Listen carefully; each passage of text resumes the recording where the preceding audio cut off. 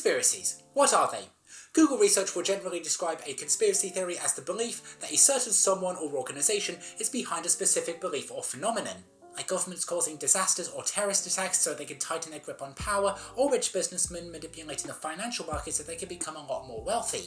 These are both conspiracies and not, depending on the context. And yes, I am including those weird posts about chemtrails from your weird Facebook uncle in there. The idea that governments and corporations are working against the people does make sense in some aspects, because occasionally you will go outside and see just how messed up things are. There are some theories that do have evidence to back them, and there are events that do seem a little bit too suspicious for governments to fully expect us to take what they say as gospel.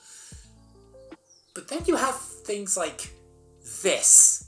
But we actually believe that there is a colony on Mars that is populated by children who were kidnapped and sent into space on a 20-year ride. So that once they get to Mars, they have no alternative but to be slaves on the Mars colony. Okay then. And then you have those that just tie into racism and anti-Semitism, which, by the way, if you do believe any of those, or you think that a certain social movement or belief is just a Jewish or Marxist plot to control the West, then get the f*** off of my channel and go back to the Daily Mail comment section where you belong. Conspiracy theories have been getting a lot of attention over the last few decades, especially as people are starting to make connections between those beliefs and our modern world. When you have books and films that are literally allegories for social issues in our time, and when you look at what governments have flat out admitted to doing, it's not that hard to question those in power and what they're really capable of. That is exactly what Shion Takeuchi and her friends were thinking of when they came up with Inside Job.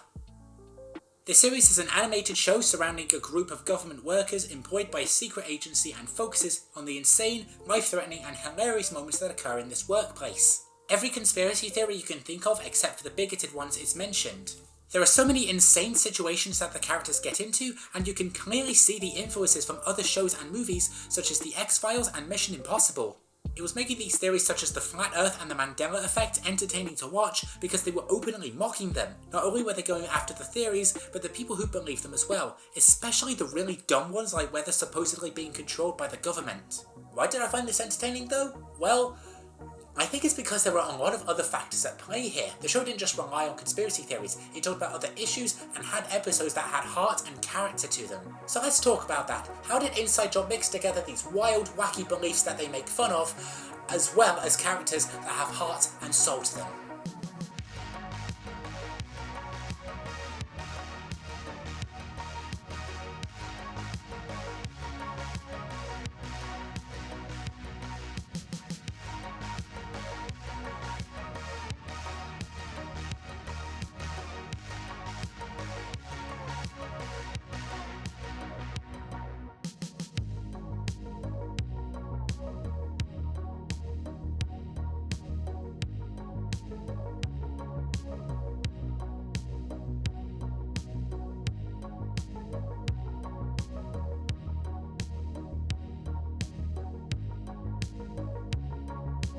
Inside Job is a brilliant show, it's really funny, and it never misses an opportunity to on the US government. I have a wide variety of reasons as to why I love this show, from the interactions between the characters to all the normalisation of the horrible things that these people do. Let's actually talk about the characters first before I go into the parts of the show that I love, otherwise nothing in this video is going to make sense. Also, I am going to have to bring up spoilers here and there, I'm afraid. If you've seen every single episode of the show like I have, then you'll know that with some characters, I need to mention a few things, so you've been warned. Reagan Ridley is the main character and the ringleader of the group, who is a workaholic thanks to her dad, and spends pretty much the entire series trying to balance her love of work with her need to find human connection. Also, she most likely has Asperger's. One woman's erotic personal journey divorcing her narcissist husband and dealing with a daughter with Asperger's? Wait, what the hell? You think I have Asperger's? No. Rand Ridley is Reagan's power-hungry and emotionally manipulative father who seeks to control Cognito Inc. at every possible level. He is a man hungry for revenge and will stop at nothing to get what he wants. However, he's also insanely paranoid.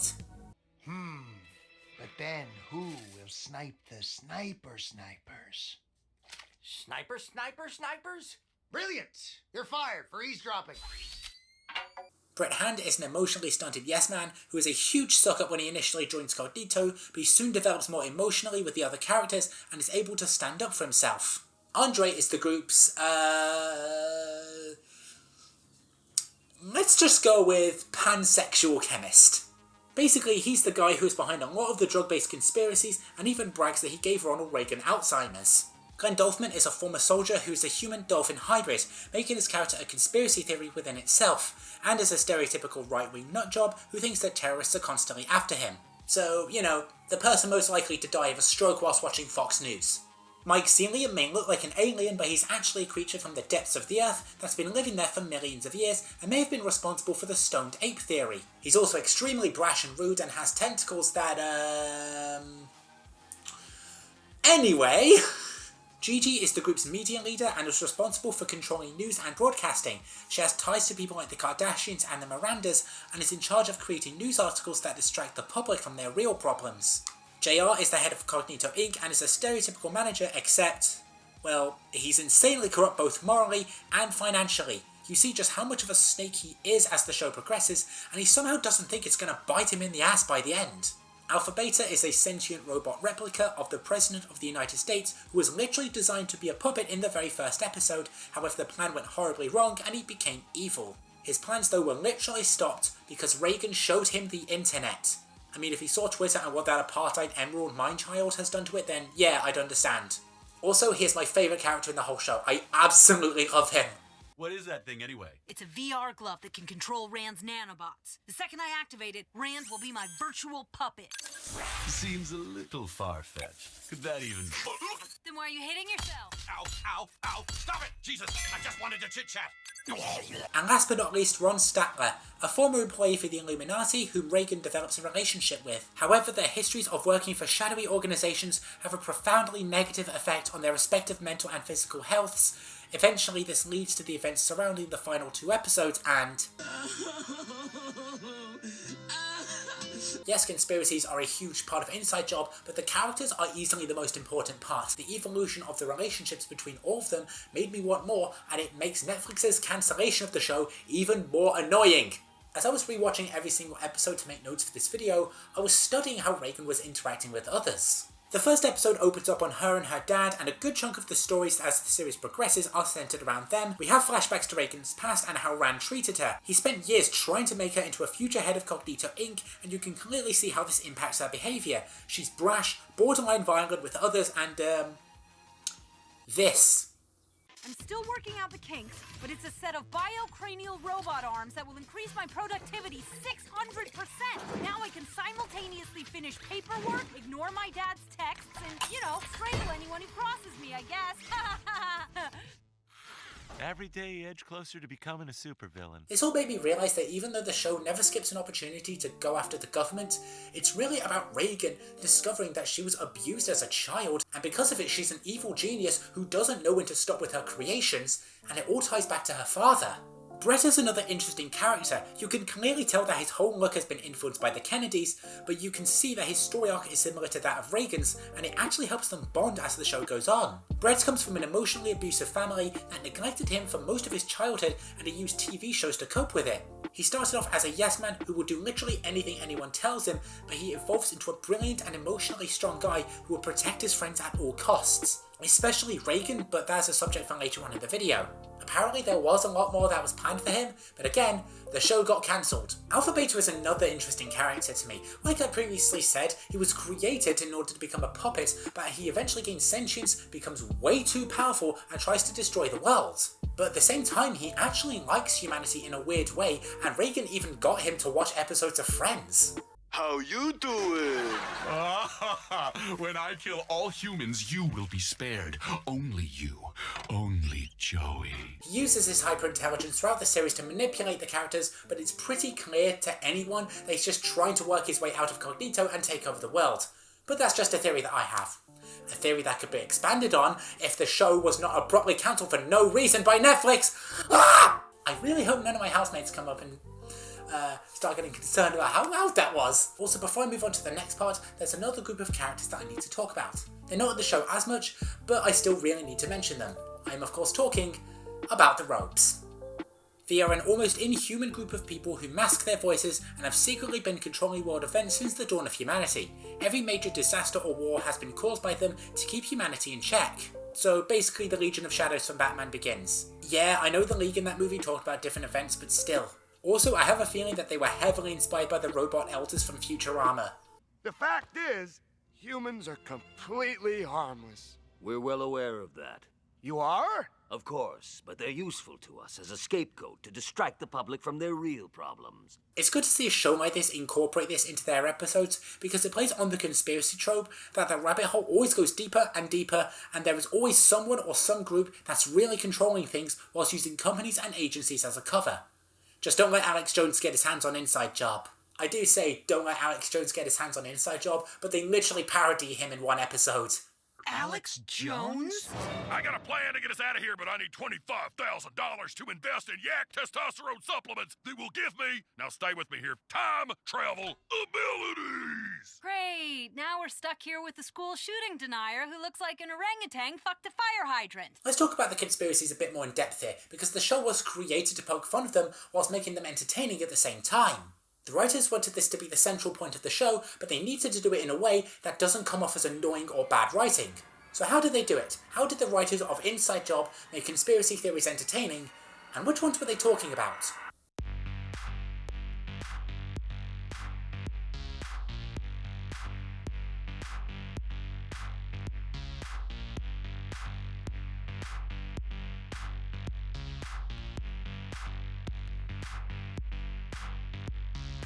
I've always been fascinated with how conspiracy theories have been written into media. There are a myriad of different ways that you could do this. For example, in the X-Files, they did it in a way that made the characters ridiculed by the government that they work for, most likely because they were getting too close to the truth. This is further exemplified by the cards at the end of the title sequence with phrases such as, "The truth is out there, trust no one, all lies lead to the truth," and the FBI. I counted a total of 61 different theories that were brought up in the 18-episode span of the show, a lot of which were brought up in the very first episode. How did they do this though? Surely there would be a massive overload of information that could frustrate viewers. Well, there are a couple of ways that they managed to do this well. Number 1, the conspiracies are written into the background and dialogue rather than to serve as exposition. If you feel the need to explain everything to your audience rather than have them work it out for themselves, then it could come off as you being very patronising and thinking that your viewers are less intelligent. The one exception to this is Fellowship of the Ring, because you can't exactly talk about the Ring of Power without mentioning the literally 3,000 years of backstory behind it. An example of how it's written into the dialogue can be seen in the show's second episode, Clone Gunman. In this story, the company needs to make cutbacks, so they have to fire someone. However, Reagan and Brett accidentally release a bunch of clones of JFK and have to get the guy who actually killed him to dispose of them, and to make matters worse, his name is literally Grassy Knoll Atkinson. The conspiracy is written into the characters' interactions by just having what apparently happened come up normally in conversation. By having it discussed in such a regular style, you're not distracting the audience away from the main story, whilst allowing them to pick up on some interesting bits of lore here and there. Do you ever feel bad about murder? Couldn't be helped, I'm afraid. JFK had sex with the alien from Roswell and got pregnant. Had to shoot him before the eggs hatched, don't you know? I'm going to talk about the episodes a bit more in depth later on, but before I do, I really just want to show you my favourite line from this one. Brett says here you're actually an unpaid intern, so it wouldn't help. Well, I get paid in experience, which I am told translates to more dollars down the line. Ah, a fellow film student. Tell me, friend, how many times have you seen Scott Pilgrim vs. the World? Do you also think that Quentin Tarantino is the greatest filmmaker of all time? Do you make films about topics that make absolutely no sense whatsoever, but you think you're a genius for writing them? Do you create characters as a coping mechanism? Like I said, the episodes will be talked about later, but there was another reason why conspiracy theories work very well in this show other than dialogue. Number 2, the characters are arseholes. I mean, it's not funny, but these people are arseholes. Reagan is capable of being a power-hungry maniac, Mike literally comes from a species that aims to take over the Earth, Andre is likely responsible for a lot of the world's drug problems, Alpha Beta was literally created by Cognito so they can control the president, but he gains sentience and tries to go full Ultron. There was an entire episode dedicated to keeping an entire town in Wyoming thinking that they're still in the 80s so they could sell outdated products. The crew from Cognito Inc. are not good people, which actually plays a massive role in the later episodes, as Reagan realises that's actually kind of why she wants things to change. Now it's worth mentioning that a lot of conspiracy theories aren't conspiracy theories. They're either flat out racism or anti-Semitism. Seriously, the amount of anti-Semitism I've seen in these things is insane. Or they're something that the CIA and FBI have outright admitted to doing, like COINTELPRO or MKUltra. To be fair though, it hasn't all been bad from them. Did you know that the CIA actually funded a lot of surgeries for condors in Central and South America between 1968 and 1989? It's amazing. All you have to do is just Google CIA Operation Condor to find out more about the amazing philanthropic work they did in that part of the world. It's truly inspiring. I think one of the main reasons as to why conspiracy theories are so popular to the point where they're the main focal point of the show, and why I think some of them are still being talked about to this day, is because... Now hear me out here. Some of them do actually have a level of believability to them. Wait, don't click off, please don't click off this video. I'm not like Alex Jones. I'm not going to start talking about gay frogs. I'm not going to start trying to sell you weird supplements that will just make you bald. Some of them do have actual evidence to back them up, and when there have been beliefs that have turned out to be true about men abusing power in situations like Watergate or Operation Northwoods, it makes sense as to why some people might believe these things. It just makes you wonder what else they're covering up. Except Flat Earth. No. Nah mate. Go outside, touch grass. Stop it. Get some help. I do find a lot of these very interesting, and my favourites are the ones that really kept me hooked into this show. For example, the fake moon landing set, jet fuel, Brett, you know this can't melt anything! AI becoming sentient, which honestly wouldn't surprise me. Yeah, I fully believe that by the end of this year we will have a video on YouTube made entirely out of AI. I personally recommend Knowledge Hub's video on this. It's highly informative and very entertaining. Avril Lavigne being dead, the royal family being lizards, even though if you've watched Doctor Who you'll know that they're werewolves, the government using nostalgia to promote old products because they've run out of things to sell, Flat Earth, Hollow Earth, again, go outside, the US government having sleeper agents disguised as TV show hosts, the US government spying on students. God, the writers really just wanted to on their own government, didn't they? In episode 10 we go deep into Reagan's mind and we see that there's a section for repressed memories. It's here where we learn that in some cases, actual censors will be involved. Reagan, wait! It could be dangerous, honey. Sometimes information is redacted for a reason. If anyone knew that 9/11 was actually caused by... See? Even here I can't say it out loud. Wow, it is really interesting to see what will actually get you censored nowadays. I mean, it's just shocking. It's like the time I found out that the Challenger Space Shuttle disaster was caused by...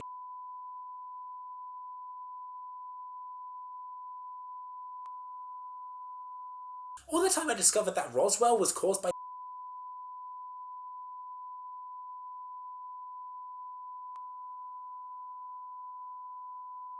Or when I discovered that the Church of England... The episodes are the reason why we want to stay on. We're learning more about the characters and the world around them, and we are learning so much about Reagan and Cognito's relationship.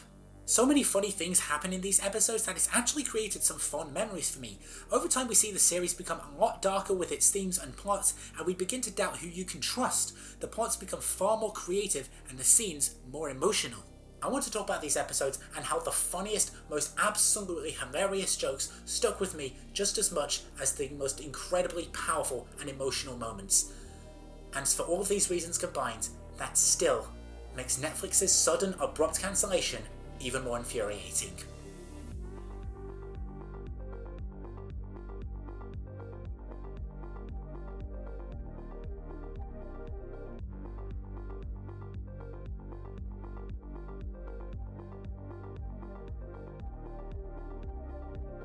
In total, 18 episodes of Inside Job were made, and they get more insane and hilarious, but heartfelt as they go on. The first episode, Unprecedented, opens up with Rand getting drunk outside the White House and focuses on Reagan creating Alpha Beta and soon realising that she's created artificial intelligence. This is also where we're shown the most conspiracy theories than any other story in the entire series, mostly because it's episode 1 and you need to hook your audience in from the beginning in order to keep them interested. After episode 1 or 2, you can afford to focus more on the characters now that your viewers are aware of the world of your story. We're also introduced to the rest of the crew as well as Reagan and Rand's relationship and how it shapes the rest of the series. Rand is a total drunk who just got fired, whilst Reagan is a confident and cocky boss who is suddenly forced to work with Brett, a yes man whose family's look I swear was based off of the Kennedys. Brett is brought in because Reagan's social skills are subpar and she badly needs to improve on them in order to be manager. Eye contact is overrated. As someone with high functioning autism, I agree. Not only is this the first story that the show ever did, but really it feels like two separate episodes. The first half focusing on Reagan and her relationship with Cognito Inc., and the second being on Alpha Beta's attempt to destroy the world. And that second one leads to this amazing scene. I don't have time to explain that America isn't perfect, but I could show you. Oh God, what are you doing? Connecting him to the goddamn internet. 5 minutes on Facebook and he'll lose his patriotism boner.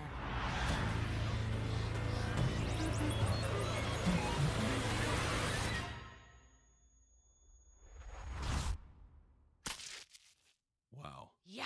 I mean, just Florida alone. Right? I'm gonna have to start glossing over the rest of the episodes because if I don't, then this video will be longer than the list of reasons why Eurovision juries just absolutely suck. Speaking of which, Finland was robbed for nothing. He won the public vote by 133 points and you stole it from him for nothing. He was gonna cha-cha-cha his way to victory. I want to talk about other things as well that made the show good. Inside Job spent a lot of time mocking the US government and its media.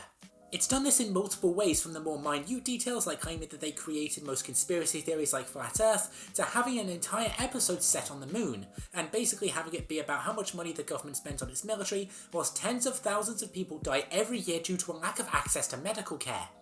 Also in that episode, the word moon is mentioned 54 times, and yes, I counted. However, the most and best government callouts can be found in episode 6 with My Big Flat Earth Wedding. This episode's about Reagan's mum getting married to herself, and the ship is being hijacked by flat earthers. There are funny moments that hit on the rich in the story, and it can really show that a lot of the time, politicians and wealthy businessmen are actually way weirder and more messed up than some conspiracy theories suggest. Also, Brett has to go in disguise as a billionaire in order to fool Jeff Bezos into buying JR's yacht. I'm helping you sell the yacht. I did a lot of character work. I'm a spoiled prince whose mom and dad are actually brother and sister. Stop it! Ah, so he's a member of the royal family then. Why are you booing me? They're related to the Habsburgs. The Queen and Prince Philip were cousins. As time went on, we started getting stories focusing on more deeper subjects such as repressed memories, recovery, and trauma. The writers wanted to show that you can enjoy this series for a myriad of reasons. We start getting episodes focused around characters that aren't Reagan or Rand. My personal favourite coming from season 2, where the group go to Mike's high school reunion, and it has some absolutely banger lines. Don't forget the amendment about moving the capital to Cleveland. George Washington was actually just a bunch of gerbils under a waistcoat. That's President Pile of Gerbils to you. My dong is average. Average! This is only one part of an amazing show that has other amazing stories such as... One was revealed that Keanu Reeves and many other celebrities are hundreds of years old, an episode involving the group going to an annual gathering of secret societies, a James Bond inspired episode which makes me think that the folks over at the Kill James Bond podcast should absolutely watch, and one where the group have an HR meeting before they have to go to a gathering of lizard people. Yes, there's an HR episode. The one department that everyone in every office environment hates. Probably because Anne Hathaway is there. Okay, so last year when I made an episode about how Rick and Morty portrays darkness through comedy, I mentioned that one way that it was able to do this was by making the characters the centre of the episode and not the events. Well, Inside Job does this too, and no part of the show does that better than the latter half of season 2, with the storyline between Reagan and a man called Ron Statler.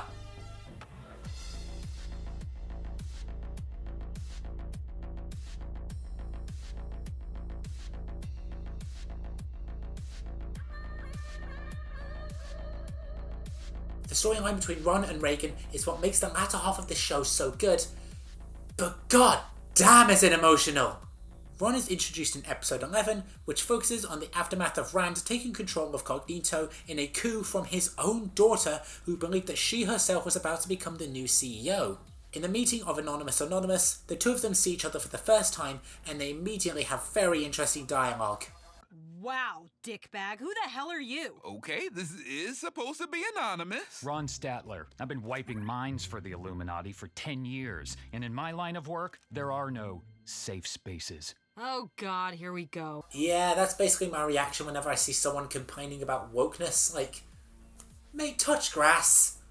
Ron is a former employee for the Illuminati for whom he used to wipe minds away. In the episode where they first meet, the group from Cognito are going to an annual gathering of secret societies, and Reagan has developed nanotechnology in order to control her father when he inevitably gets into a contest with the leader of the Illuminati, Dietrich Kluge. However, she discovers that Ron has been trying to do the same thing with Kluge himself. The two of them get into trouble, and they meet Alex Jones. That's right, buddy. You don't owe a woman a goddamn thing, especially child support. God, I can hear the vocal strain there. I was thinking about actually doing an impression of him for this video, but every time I try, it always just sounds like a bad impression of the Boulder. I'm secretly in love with Hillary Clinton. The Boulder is angry about the cancellation of Inside Job. You see, it's not really that good. As the episodes progress, the two of them become closer and closer, and Reagan begins to imagine a life outside of Cognito with him. A life where she can finally be at peace. There were some ups and downs in this relationship though, the most glaringly obvious one coming in episode 16, Rontagion, which was definitely not a rip-off of the Rick and Morty Cronenberg episode. Nope, no similarities here, definitely not. That episode is actually about Reagan trying to introduce Ron to her work friends at a Halloween party, which surely a secretive corporation wouldn't just allow you to bring outsiders in, especially from other rival secret societies. However, this is also a show involving a creature from the centre of the earth, an HR department run by a Mothman, and a human stem cell who is apparently an incel. I think I can let a few things go if I'm willing to let all of that slide. In order to make people like Ron, Andre creates a serum that will hopefully work, but it goes wrong and it makes people violently interested in him. Still don't see the Rick and Morty themes here? Ron realises that the only way to stop this is to wipe everyone's memory of him except for Reagan. This is his old life at the Illuminati coming back, and he suspects that he will never escape. He is a broken man, doomed to keep living the same life over and over again. Reagan as well is a broken woman who will never be able to have a good personal life because of her job. She is unable to pursue a romantic relationship because it will keep screwing up her work and already existing relationships there.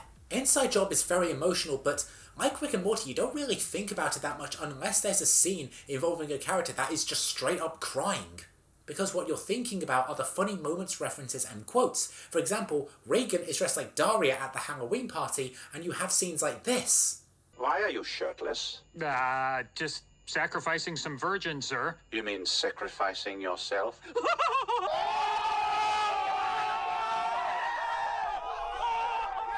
The last two episodes of the show are the perfect example of a need for a peaceful and quiet life. Not only do they focus on Ron and Reagan, but also Rand. It's a two-part episode that focuses on the Mandela effect, which is total bull, by the way, and has a timeline where the Soviet Union won the Cold War, has a reference to Memento, and apparently ends on a teaser for Multiverse of Madness meets Air Bud. Yeah, this gave me a lot of theories, especially surrounding Alpha Beta, which I will talk about in a bit.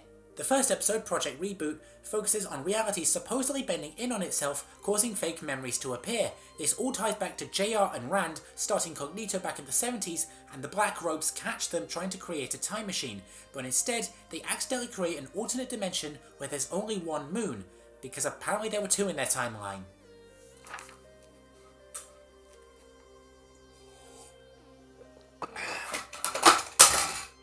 Are you f***ing kidding me? The time machine can only be initiated again via a process called Project Reboot. All the universes are crashing together, so they all have to wear tinfoil hats in order to keep themselves in the original timeline, otherwise they would vanish to a different time. Well, wouldn't you know it, the Legion of Madfellows was right the whole time.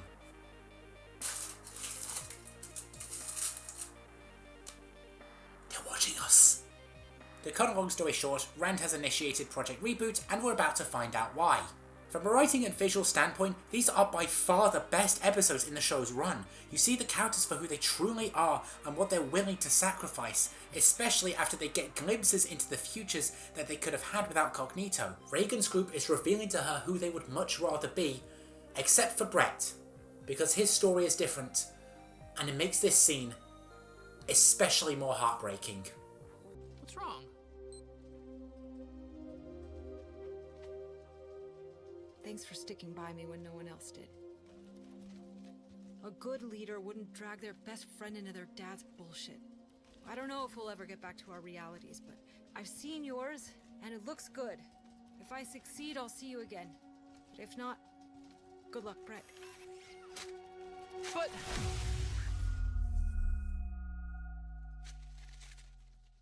When Reagan finally finds Rand to bring an end to her father's abuse and control, she is expecting to see an all-powerful man who is capable of controlling time that she needs to get revenge on. Instead, she sees a husk of a human being. We see a man who's drunk and in tears, whose emotional manipulation has finally caught up with him. Rand is realising just how much pain he's caused others, and he's trying his best to find a timeline in which he is happy with his daughter and ex-wife. Reagan herself is taken aback by this. She is seeing that her own father is discovering himself for who he truly is. A man who ousted his daughter as CEO of Cognito and controlled her for years. A truth about himself that he can no longer deny. Rand Ridley is a monster. This scene was undoubtedly the most shocking moment in the show. Rand discovering that he's actually a horrible person. Everything he's done has finally come back to bite him. Eventually, the rest of the team, regretting their actions, come back to save Reagan, and Rand is sent to a secretive shadow prison. And it's from here that we go on to our final episode.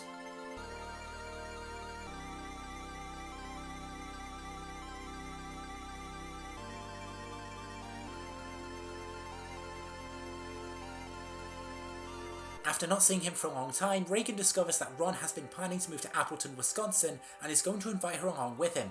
He even created new passports with names on them. By the way, take note of these random sequences of letters and numbers at the bottom. I will explain later on. Write them down on a pen and paper. We good? Okay, let's continue.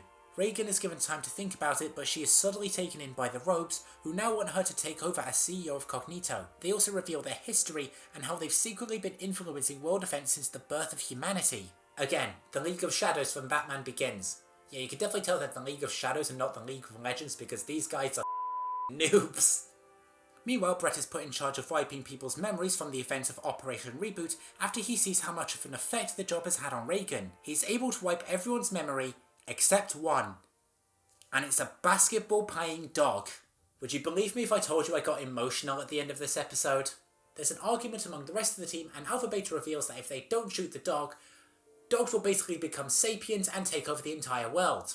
Reagan talks with them as well about her possible future with Ron, and he comes up with every possible scenario in which she could be happy both with him and her life incognito. She looks into the future possibilities and finds one. The two of them go to Appleton and agree to wipe each other's memories of the past whilst reading out their new identities and lives to each other. Ron's memory is wiped, but Reagan's isn't. In the most gut-punching moment in the entire show, she reads out Ron's new life to him and adds lines that reveal that she can't be in his world anymore. We find out that Reagan did see a future where Ron is actually happy. A future without her. A future where he's married to someone else. This is undoubtedly the hardest scene to watch in the entire series. Reagan has to submit herself to the Robes, who obviously have ulterior motives, and she will never find a moment of true peace in her life. Inside Job is promoted as this conspiracy, action, comedy, animated program, but it also has characters with emotions and personal lives that are clearly affected by the work that they do at Cognito. We see a character like Brett who was traumatized as a child and just wanted love and appreciation, and he basically had to be a yes man at Cognito in order to achieve that. This show deserved better. It really did. It deserved to go on for a couple more seasons and have an actual ending that wouldn't be abruptly cut off by Netflix, who are clearly just looking for a quick check. It really did deserve better. And apparently, according to the show's head producer Shion Takeuchi, Brett and Reagan were supposed to get a happy ending. I actually would have loved to see something like that.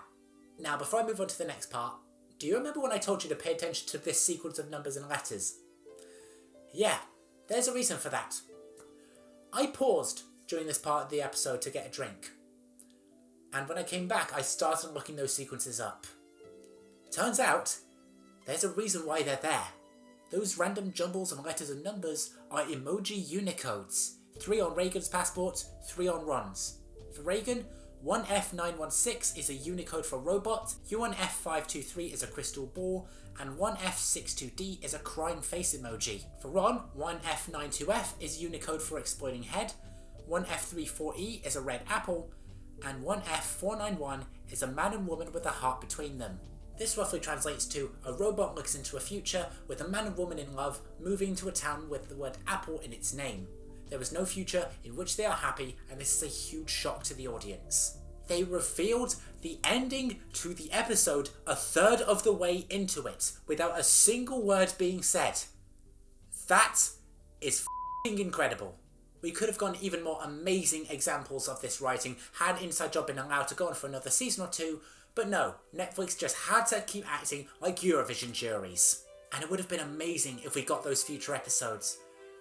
Because I have some theories about what could have happened.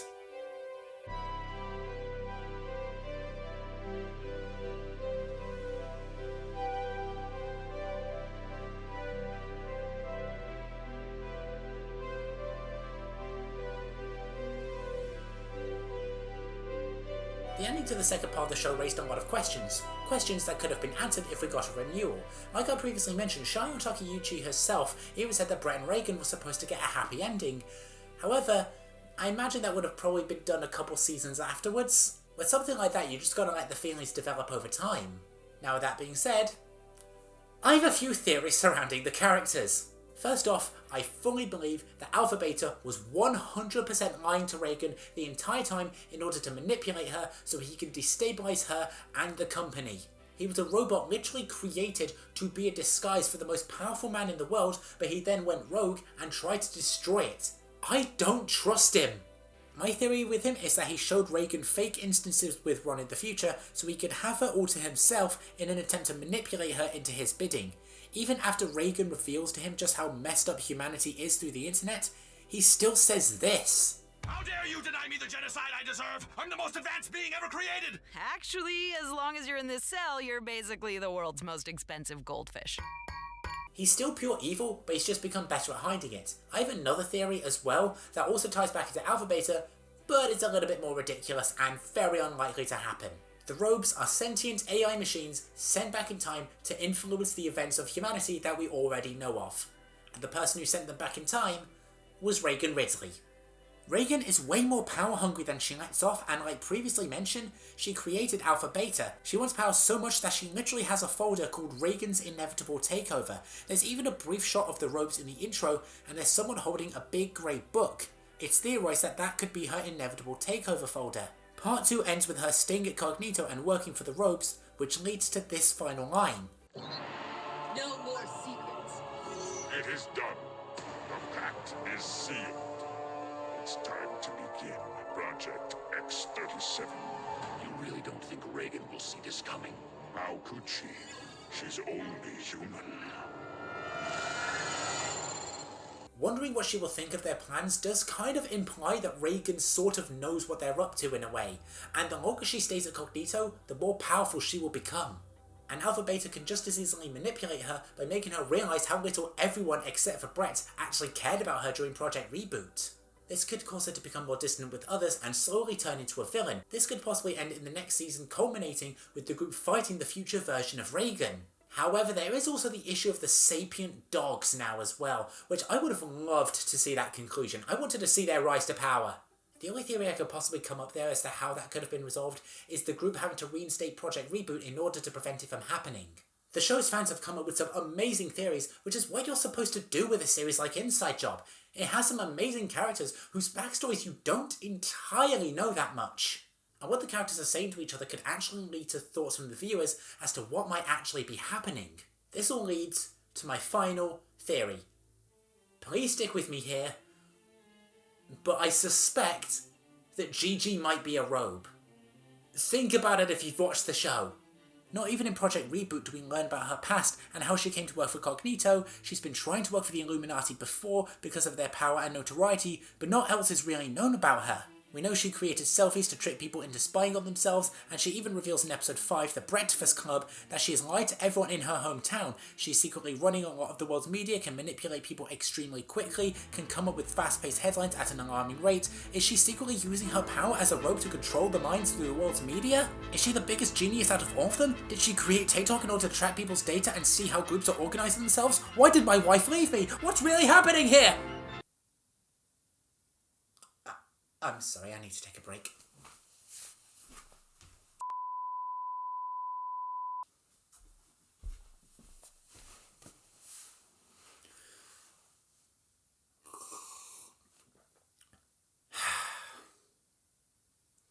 Okay, on to the next part.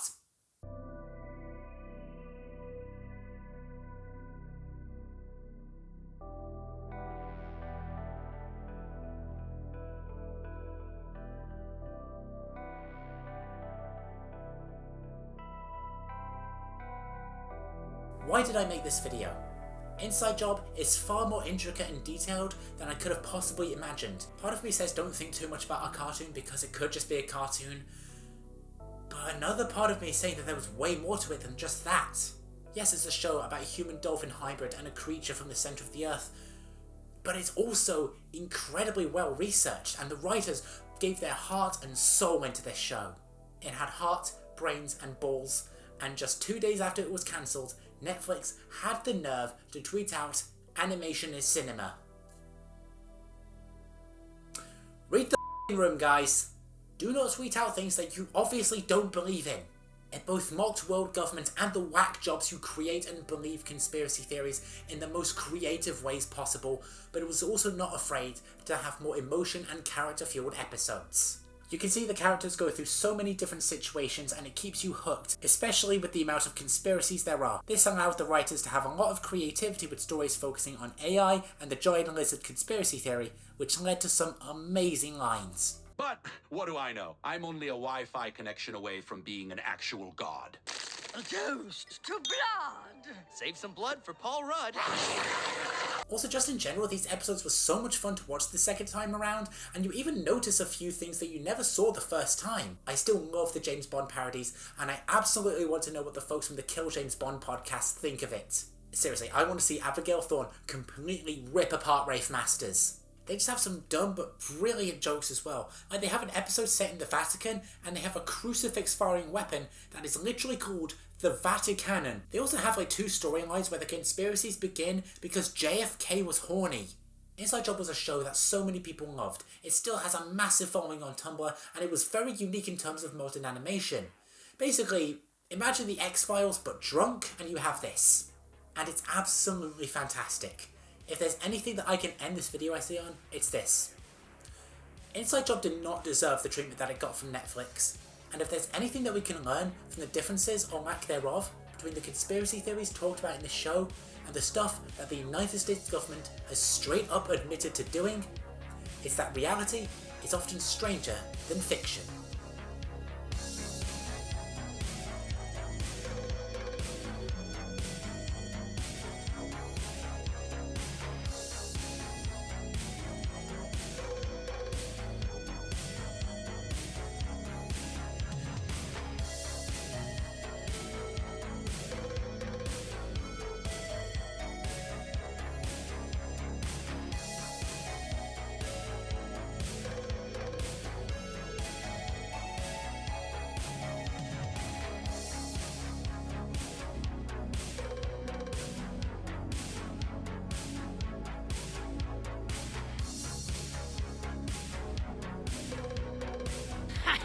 Who's an antisocial weirdo now? Not the girl who invented robot arms to hug strangers. Oh my god, I sound insane. For a guy who's been with thousands of women, you really don't seem to know what you're doing down there. This is gonna take a lot of anesthetic. I always cry at gay dog weddings. Nah, I gave him 6 months. Pandemonium tonight as some kind of nostalgia monster attacks town square. Are your children going to die? If you change that channel, they just might.